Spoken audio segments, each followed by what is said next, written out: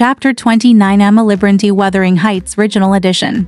The evening after the funeral, my young lady and I were seated in the library, now musing mournfully, one of us despairingly, on our loss, now venturing conjectures as to the gloomy future. We had just agreed the best destiny which could await Catherine would be a permission to continue resident at the Grange, at least during Linton's life, he being allowed to join her there, and I to remain as housekeeper. That seemed rather too favorable an arrangement to be hoped for, and yet I did hope, and began to cheer up under the prospect of retaining my home and my employment, and, above all, my beloved young mistress, when a servant, one of the discarded ones, not yet departed, rushed hastily in, and said that Devil Heathcliff was coming through the court. Should he fasten the door in his face? If we had been mad enough to order that proceeding, we had not time. He made no ceremony of knocking or announcing his name. He was master, and availed himself of the master's privilege to walk straight in, without saying a word. The sound of our informant's voice directed him to the library. He entered, and motioning him out, shut the door. It was the same room into which he had been ushered, as a guest. 18 years before, the same moon shone through the window, and the same autumn landscape lay outside. We had not yet lighted a candle, but all the apartment was visible, even to the portraits on the wall. The splendid head of Mrs. Linton, and the graceful one of her husband.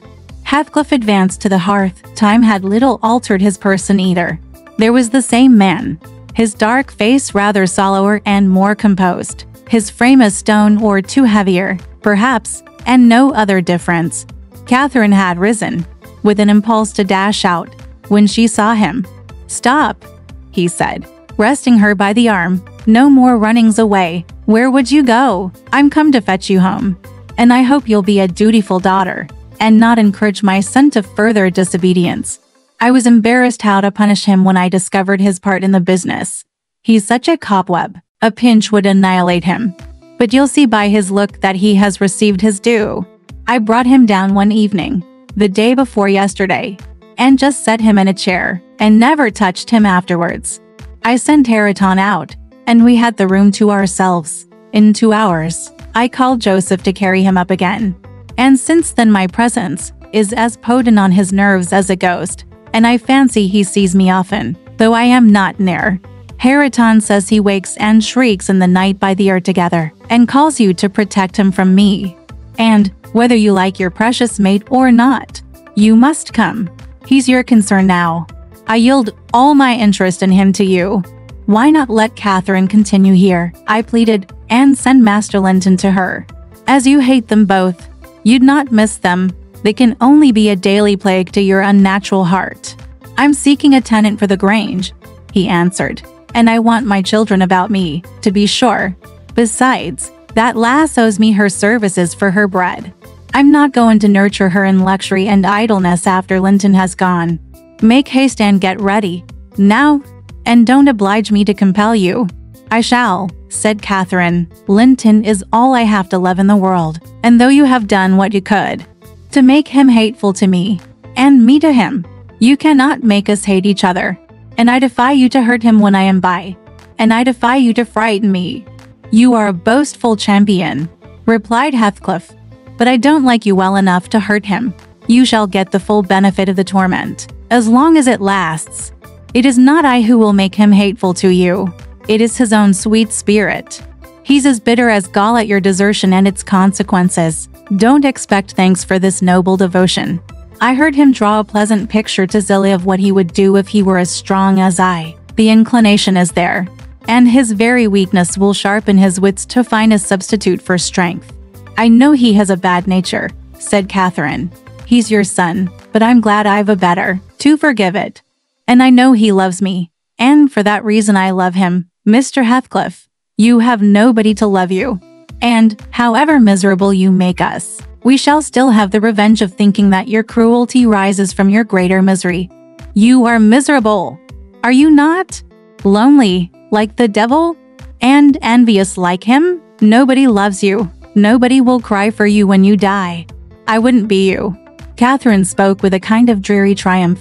She seemed to have made up her mind to enter into the spirit of her future family, and draw pleasure from the griefs of her enemies.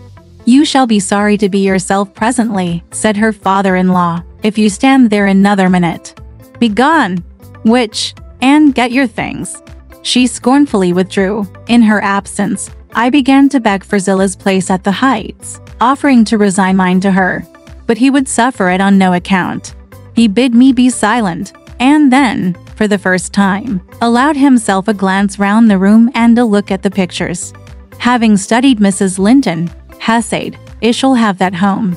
Not because I need it, but—" He turned abruptly to the fire, and continued, with what, for lack of a better word, I must call a smile, "I'll tell you what I did yesterday. I got the sexton, who was digging Linton's grave, to remove the earth off her coffin lid, and I opened it. I thought, once, I would have stayed there, when I saw her face again. It is hers yet." He had tilled hard work to stir me, but he said it would change if the air blew on it, and so I struck one side of the coffin loose, and covered it up. Not Linton's side, damn him, I wish he'd been soldered in lead. And I bribed the sexton to pull it away when I'm laid there, and slide mine out too. I'll have it made so. And then, by the time Linton gets to us he'll not know which is which. "You were very wicked, Mr. Heathcliff," I exclaimed. "Were you not ashamed to disturb the dead?" "I disturbed nobody, Nellie," he replied, and I gave some ease to myself. "I shall be a great deal more comfortable now, and you'll have a better chance of keeping me underground when I get there." Disturbed her? No, she has disturbed me, night and day, through 18 years, incessantly, remorselessly, till yesternight. And yesternight I was tranquil. I dreamt I was sleeping the last sleep by that sleeper, with my heart stopped and my cheek frozen against hers. And if she had been dissolved into earth, or worse, what would you have dreamt of then? I said. Of dissolving with her, and being more happy still, he answered. Do you suppose I dread any change of that sort? I expected such a transformation on raising the lid, but I'm better pleased that it should not commence till I share it. Besides, unless I had received a distinct impression of her passionless features, that strange feeling would hardly have been removed. It began oddly. You know, I was wild after she died, and eternally, from dawn to dawn, praying her to return to me her spirit. I have a strong faith in ghosts. I have a conviction that they can, and do, exist among us. The day she was buried there came a fall of snow. In the evening I went to the churchyard. It blew bleak as winter. All round was solitary. I didn't fear that her fool of a husband would wander up the den so late. And no one else had business to bring them there. Being alone, and conscious to yards of loose earth was the sole barrier between us. I said to myself, I'll have her in my arms again. If she be cold, I'll think it is this north wind that chills me, and if she be motionless, it is sleep. I got a spade from the tool house, and began to delve with all my might. It scraped the coffin. I fell to work with my hands. The wood commenced cracking about the screws. I was on the point of attaining my object, when it seemed that I heard a sigh from someone above, close at the edge of the grave, and bending down. If I can only get this off, I muttered. I wish they may shovel in the earth over us both, and I wrenched at it more desperately still. There was another sigh, close at my ear. I appeared to feel the warm breath of it displacing the sleet-laden wind. I knew no living thing in flesh and blood was by, but as certainly as you perceive the approach to some substantial body in the dark, though it cannot be discerned, so certainly I felt that Kathy was there, not under me, but on the earth. A sudden sense of relief flowed from my heart through every limb. I relinquished my labor of agony, and turned consoled at once, unspeakably consoled. Her presence was with me. It remained while I refilled the grave, and led me home. You may laugh, if you will, but I was sure I should see her there. I was sure she was with me, and I could not help talking to her. Having reached the heights, I rushed eagerly to the door. It was fastened, and, I remember, that of course Earnshaw and my wife opposed my entrance. I remember stopping to kick the breath out of him, and then hurrying upstairs, to my room and hers. I looked round impatiently. I felt her by me. I could almost see her, and yet I could not. I ought to have sweat blood then, from the anguish of my yearning, from the fervor of my supplications to have but one glimpse I had not one. She showed herself, as she often was in life, a devil to me. And, since then, sometimes more and sometimes less, I've been the sport of that intolerable torture. Infernal, keeping my nerves at such a stretch, that, if they had not resembled catgut, they would long ago have relaxed to the feebleness of lindens. When I sat in the house with Haraton, it seemed that on going out, I should meet her. When I walked on the moors, I should meet her coming in. When I went from home, I hastened to return. She must be somewhere at the Heights, I was certain. And when I slept in her chamber, I was beaten out of that. I couldn't lie there, for the moment I closed my eyes, she was either outside the window, or sliding back the panels, or entering the room, or even resting her darling head on the same pillow as she did when a child. And I must open my lids to see. And so I opened and closed them 100 times a night, to be always disappointed. It racked me. I've often groaned aloud, till that old rascal Joseph no doubt believed that my conscience was playing the fiend inside of me. Now, since I've seen her, I'm pacified, a little. It has a strange way of killing. Not by inches, but by fractions and hairbreadths, to beguile me with the specter of a hope. Through 18 years. Mer Heathcliff paused and wiped his forehead. His hair clung to it, wet with perspiration. His eyes were fixed on the red embers of the fire, the brows not contracted, but raised next the temples, diminishing the grim aspect of his countenance, but imparting a peculiar look of trouble, and a painful appearance of mental tension towards one absorbing subject. He only have addressed me, and I maintained silence. I didn't like to hear him talk. After a short period he resumed his meditation on the picture, took it down and leaned it against the sofa to contemplate it at better advantage.